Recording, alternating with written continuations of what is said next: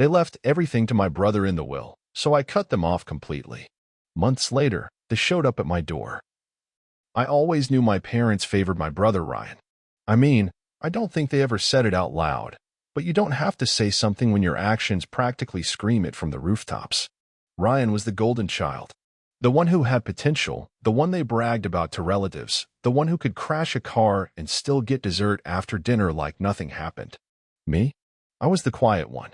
The planner. The one who paid attention, got decent grades, went to college on scholarships, and moved out without asking them for a single dime. I took care of myself. And for years, I thought that might earn me their respect. It didn't. The real betrayal didn't happen until after Dad died. Before we go further, don't forget to like this story, hit subscribe, and tap the bell so you don't miss what happens next. Dad passed unexpectedly. Stroke. 1 minute he was watching some old Western on the couch. The next minute Mom was screaming on the phone with 911. I flew home that night. Ryan didn't. He said he was in the middle of something. He didn't show up until the day of the funeral, wearing wrinkled clothes and sunglasses like he was hungover. Still, he was the one Mom hugged first. Still, he was the one she clung to like a life raft. About a month after the funeral, Mom told us we needed to meet with the family attorney. It's just a formality, she said. The will stuff. Dad left instructions. She wouldn't look me in the eye when she said it. I should have known then. We sat in a stuffy little office in the back of a law firm downtown. Mahogany shelves, leather chairs, the whole overcompensating setup. The attorney, a tired man in his 60s named Mr. Donaldson, opened a folder and started reading the will in that dry, polite tone lawyers use when they know things are about to get awkward. To my beloved wife, I leave our joint accounts and shared property. To my youngest son, Ryan, I leave full ownership of the house, the lake cabin, and the business account in my name. To my eldest son, Ethan, he paused. I swear, he looked right at me like he was apologizing in advance. I leave my coin collection and my books in recognition of his appreciation for knowledge. That was it. The coin collection. And the books. Not the house. Not the car. Not the money. Just a few dusty shelves of books and coins that maybe, if I were lucky, would fetch a few $100s online. I sat there frozen, blinking, trying to understand. Ryan didn't blink. He just smirked. Afterward, I asked Mom if she had anything to do with it. Your father made the decision, she said coldly. He knew Ryan needed more support. Support? Mom, he hasn't held a job longer than 3 months. He's living off of you, off of me. I've been paying your bills for years. And we're grateful, she said. Not sorry. Not confused. Just grateful. Like I was a sponsor. Not a son. That night, I sat in the car outside their house, holding the steering wheel like it might stop me from losing my mind. I wasn't angry because I wanted the money. I wasn't jealous of Ryan. I had my own life. My own career. I didn't need their inheritance. What broke me was the realization that it was never about love. It was about control. Dad left Ryan everything because Ryan needed to be rescued. I didn't. And to them, that meant I deserved nothing.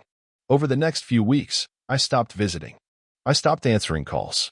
I stopped sending those monthly transfers to help Mom with the mortgage and her emergency expenses. At first, nothing happened. Then the silence cracked. The first month I stopped sending money, I didn't hear a word. No calls. No texts. Nothing. Honestly, a part of me thought they didn't even notice. I imagined Ryan out on the porch smoking some overpriced vape, convinced the world owed him a favor, and Mom pretending everything was fine while dipping into my old savings like it was her emergency piggy bank. But by the second month, the mask started to slip. It began with a voicemail from Mom.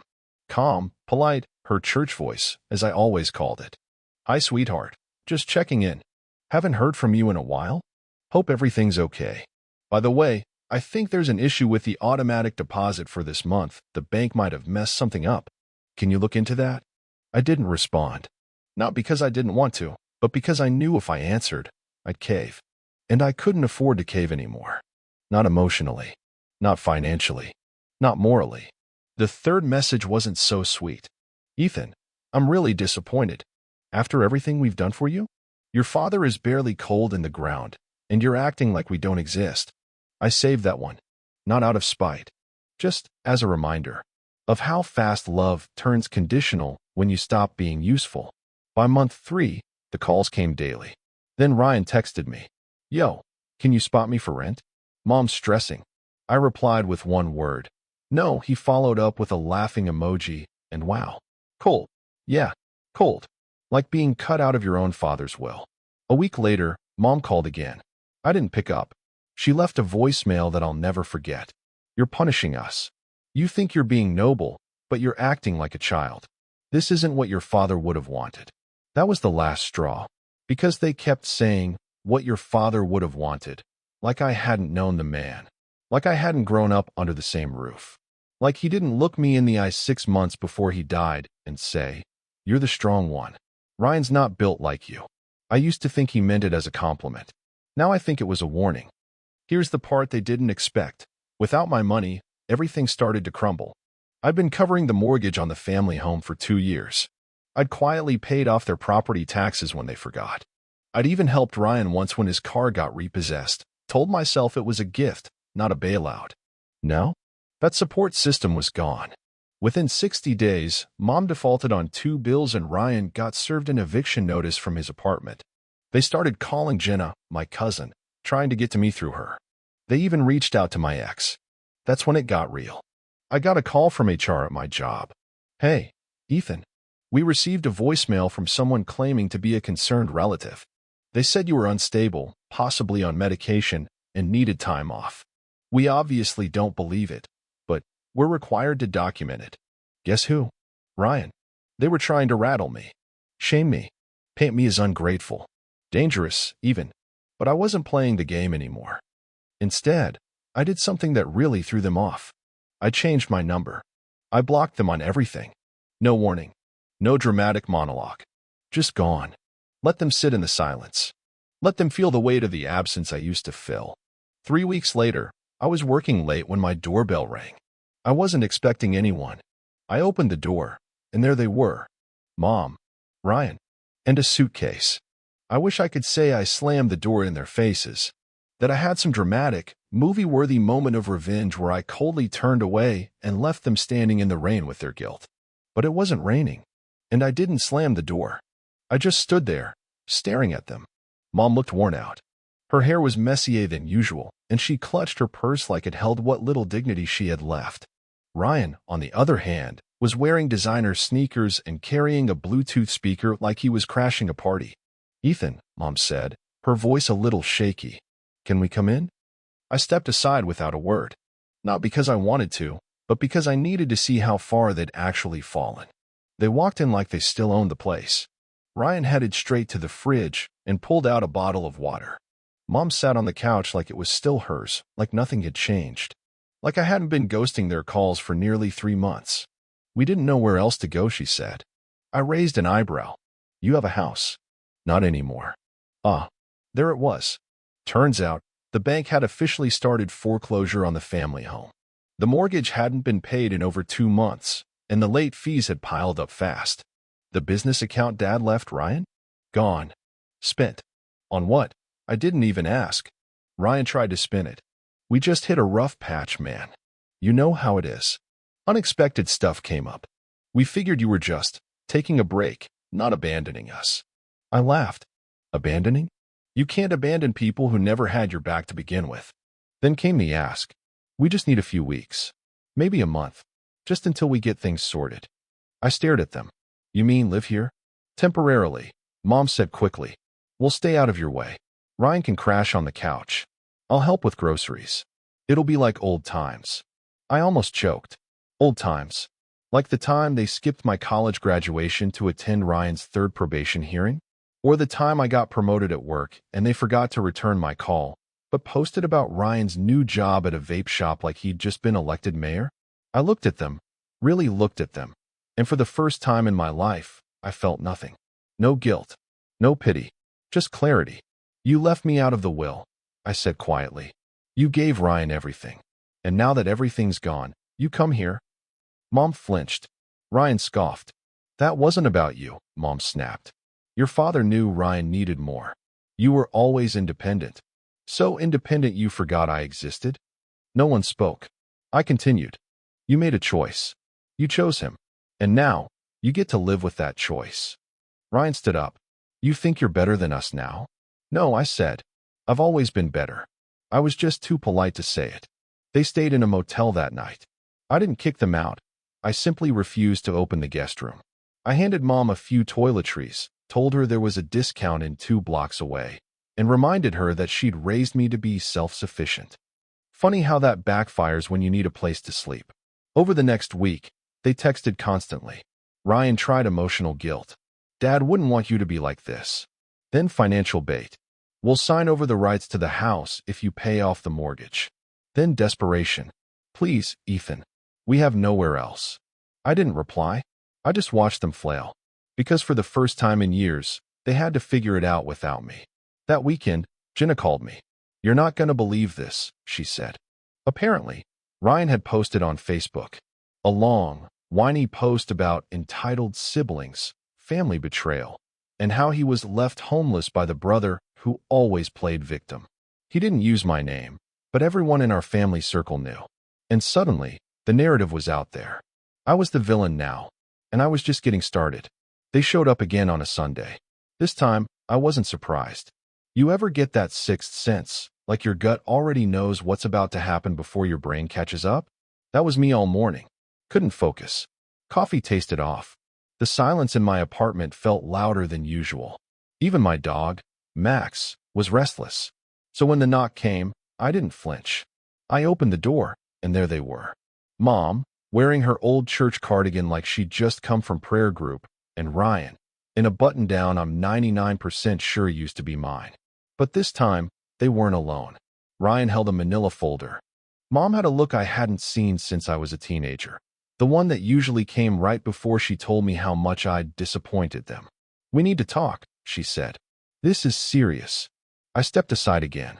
But I wasn't stepping back. They didn't sit. They stood like they were staging an intervention. Ryan opened the folder and slid a few papers onto my kitchen table. This is the plan, he said, like I'd agreed to anything. The documents? Loan applications. Co-signer forms. A debt consolidation plan that required my credit and my income to restructure the family's financial future. I stared at it, then looked at them. Are you joking? I said finally. You don't understand how tight things are, Mom replied. The motel's draining what little we had left. We're on food stamps. Ryan had to sell his phone. You mean the one you used to call my boss? She flinched. Ryan didn't even deny it. That was a mistake, he muttered. We were desperate. But this plan, it fixes everything. You help us get back on our feet, and in return, we give you full claim on the house once it's recovered. I blinked. The house you left me out of in the will? That was your father's decision, Mom snapped. But you didn't fight it. The room fell silent. It hit me in that moment. They didn't come here to apologize. They didn't come to repair anything. They came to negotiate. Like I was a bank. Like they were still entitled to me. You don't get to rewrite history, I said quietly. We're family. Mom shot back. No, I said, calmer than I felt. We were. You made sure we wouldn't be when you treated me like an ATM and gave Ryan everything. You made your choice. Now live with it. Then Mom started crying. Not silent, ashamed crying. Loud. Shaking. Public crying. Like the kind she used to fake at school parent-teacher nights when teachers brought up Ryan's grades. You're cruel, she sobbed. Your father would be horrified at how cold you've become. I didn't even blink. My father raised me to be responsible, I said. And responsible people don't bail out manipulators. He would have understood. You'll regret this, Ryan said. Maybe, I said. But at least I'll regret it from a paid-off apartment with my name on the lease. They left without taking the paperwork. The folders sat on my table for an hour before I threw it in the shredder. Then I sat down and did something I hadn't done in weeks. I breathed. That night, Jenna called. So, the family group chat is on fire, she said.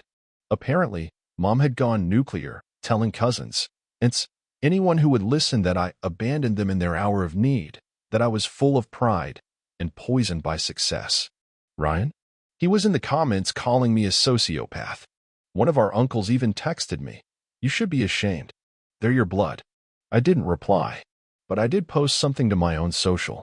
Simple. Calm. Honest. I was cut out of the will. I've been paying their bills for years. When I stopped, I was called selfish. I don't need validation, but I won't be your scapegoat anymore. The likes poured in. So did the private messages. Not from the family, but from people who got it. People who knew what it felt like to be the strong one, until strength meant saying no. At first, I didn't care about the Facebook post. You know the kind, vague but obvious. The kind of post people put up when they want sympathy without actually explaining anything. That's exactly what Ryan did. It hurts when family turns their back on you in your darkest hour. When you've given them everything and they treat you like trash. Blood means nothing to some people. And of course, people ate it up. Aunt Martha commented first. This generation is so ungrateful. You're better off, sweetie. Someone else added a bunch of praying hand emojis. Another said, family is who shows up, not who shares DNA. I just shook my head. Classic Ryan. No details. Just enough to light a match and walk away from the explosion. But then Mom chimed in. And she named me. Ethan abandoned us. After everything his father did for him. He cut us off cold. We're homeless now. All because of greed and pride. Homeless? That was rich. They were staying in a motel funded by the money they didn't budget, living off the savings they claimed they didn't have. Meanwhile, I was still paying off student loans and cooking rice and beans to save money for my own future. That post? It went viral. Not, like, internet viral, but family viral. Enough to reach every cousin, second cousin, and childhood neighbor within 2 hours. My phone lit up like a Christmas tree. Texts, calls, emails. Even people I hadn't spoken to in years were suddenly concerned. I ignored it for a day, but then it reached my boss. Hey, Ethan, he said during our Monday check-in. Is everything okay with your family? We got a message through our public HR contact form. Someone said you were abusing elderly parents and hiding assets. I could have laughed if it wasn't so disgusting. It's a personal matter, I said calmly. But I have documentation, and if this escalates, I'm prepared to pursue legal action. He nodded. I figured as much. Just wanted to give you a heads up. We flagged the messages. So now I was dealing with a public smear campaign. From my own family. That night, I called Jenna. You need to say something, she said. You've kept quiet long enough. It'll just look like I'm trying to defend myself. Because you are. But you're also telling the truth. So I did. I logged into Facebook.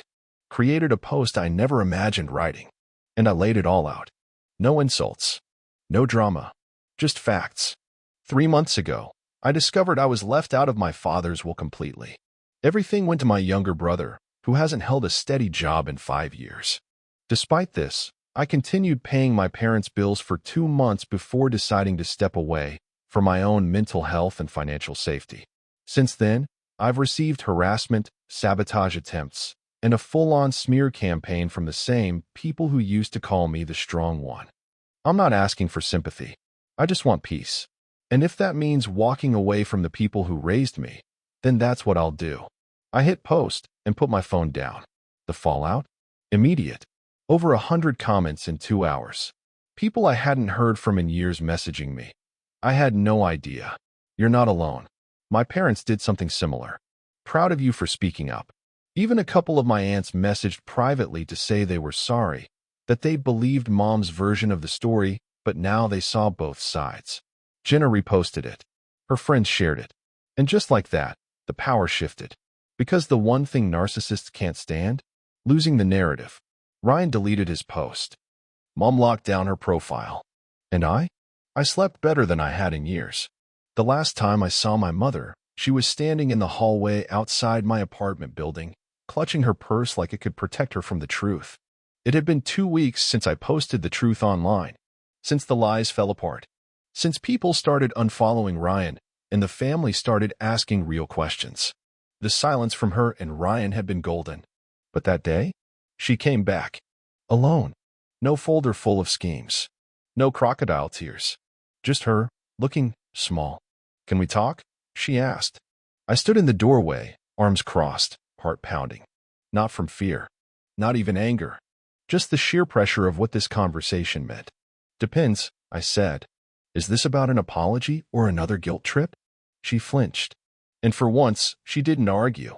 We sat in the lobby. I didn't invite her in. She started with the usual. Family is complicated. I never meant for it to go this far. Ryan's struggling, and I thought if I could just hold things together, but this time, I didn't let her control the tempo. You made your choices, Mom. You called me a traitor. You stood by while Ryan sabotaged my career. You lied. I didn't know. You did. You always did. But you didn't care. Because I made life easy for you. And when I stopped doing that, suddenly I became the villain. She opened her mouth to protest, then closed it again. I took a breath. I'm not here to hurt you. I'm not angry anymore. But I've changed. And I can't keep pretending that being related to someone means I owe them my peace. You're my son, she whispered. And I always will be. But I'm no longer your safety net. She asked me one last thing. Do you hate us? It caught me off guard. I thought for a moment. No, I don't hate you, but I don't trust you. And that means we can't have the relationship you want. She nodded slowly, wiped at her eyes, stood up. Goodbye, Ethan. Goodbye, Mom. She walked out the glass doors and didn't look back. And I didn't chase her. It's been a year since that day. Ryan disappeared from social media. Word is, he's crashing with some friends out of state. Mom moved into a small rental apartment paid for by some inheritance she finally admitted she still had. And me? I moved cities, got promoted, started therapy, found a place with big windows and no shadows in the corners. I spent my whole life chasing their approval, only to find out they were never capable of giving it freely. So I gave it to myself. I forgave myself for staying too long, for being too silent, for believing that loyalty meant sacrifice. Some nights, I still think about Dad. I wonder if he'd be proud of what I've done, of the boundaries I built, of the man I became. I think he would be. So here's what I've learned. Family isn't who you're born to. It's who shows up, who listens, who supports you even when you're not useful to them. And choosing yourself? That's not betrayal. That's healing.